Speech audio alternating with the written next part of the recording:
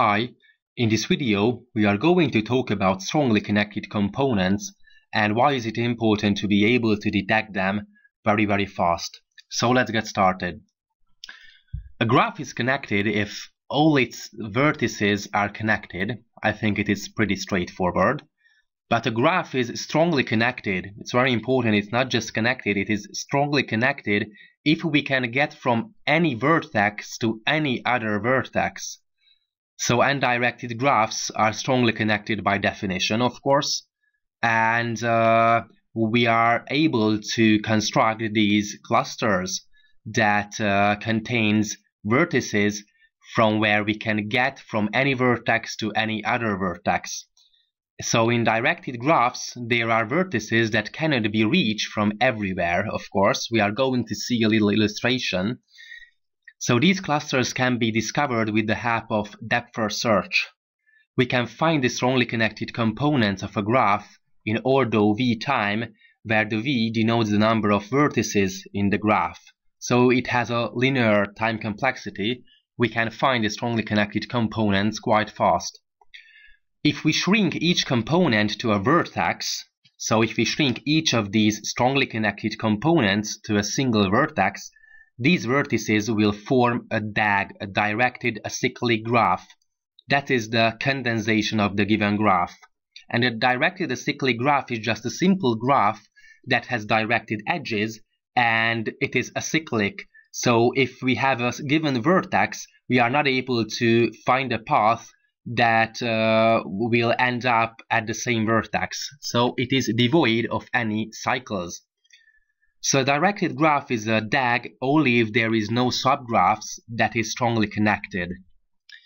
These are just definitions and not so important. So for example, we have this graph with 8 vertices and lots of edges, and it is directed.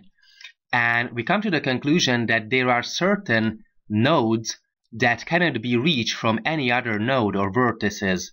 So for example, we can construct the strongly connected component and we come to the conclusion that we can form three clusters. For example, 1, 2, and 5, we can get from 1 to 2 to 1 to 5. We can get from 2 to 1 and 2 to 5. So we can get from any vertex to any other vertices in these clusters. But for example, if you want to get from vertex 2 to vertex 6, we can do it without any problem because there's a directed edge. But if you want to get from 6 to 2, we are not able to do it, and that's why these two vertices are in a different strongly connected component. And we come to the conclusion that we have three clusters, the 6, 7, the 1, 2, 5, and the 3, 4, 8, and within these clusters we are able to get from any node to any other node, but between these clusters we are not able to do so. If we want to get from, for example, 4 to node 5, we are not able to do it, and in the opposite direction. So maybe we can get, for example, we have the node 2 and there's a node 3. They are in different strongly connected components, although we can get from 2 to 3, but we are not able to go from 3 to 2. So it has to be some symmetric relationship. Okay, so we know what are these strongly connected components and why are they so important. A directed cycle is strongly connected. These are just definitions. Every non-trivial strongly connected component contains at least one directed cycle. And there are two main algorithms with which we can find these strongly connected components, the Kosharayu algorithm and the Tarian algorithm. The Kosharayu algorithm does two depth first searches and to get to a topological ordering, and then on the transpose graph to discover the strongly connected components. So what is this transpose graph? A transpose graph, we reverse each edge and change the start and the target vertex, basically. That's all. We just swap the edges because it is directed edges. It has sense. I mean, if these edges were undirected, there's no point in swapping undirected edges, but because they are directed, it is. So this is the Kosharayu algorithm, and because we have to make 2 depth-first searches, it is not so efficient, and that's why lots of algorithm relies heavily on Tarian algorithm instead. It uses only 1 depth-first search, so it's much more efficient. So and of course it is much more popular in practice.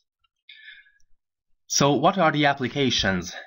For example, in ecology, if we want to determine the hierarchy of food need, we just have to run the strongly connected component algorithm. Or if, for example, if you are into software engineering, if we have a huge software and want to create packages to each connected classes, and we can classify according to strongly connected components. And I'm not sure whether you have met with these kinds of problems, but I have, and it's very, very frustrating that you don't know for sure that what's the best practice for classifying your classes, because there's lots of hallmark with which you can classify, and you are not sure. But with the help of strongly connected components, it is going to give you the exact answer. And in huge softwares, for example, it may be very important. Astrophysics. If we have an image of faint stars and want to detect each of them, it is a good way of finding the clusters. And another very important machine learning techniques is the recommender systems.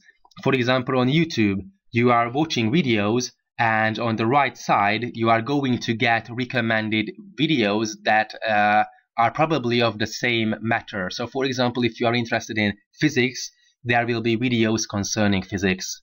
So we can recommend another item from the given strongly connected cluster. So we just run the strongly connected component algorithm on the topics of the videos, and we just pick at random, for example, it doesn't matter, another video from the strongly connected component. Because they are strongly connected, it means that they have a lot in common, and it is a good recommender system too. So that's all about strongly connected components. Thanks for watching.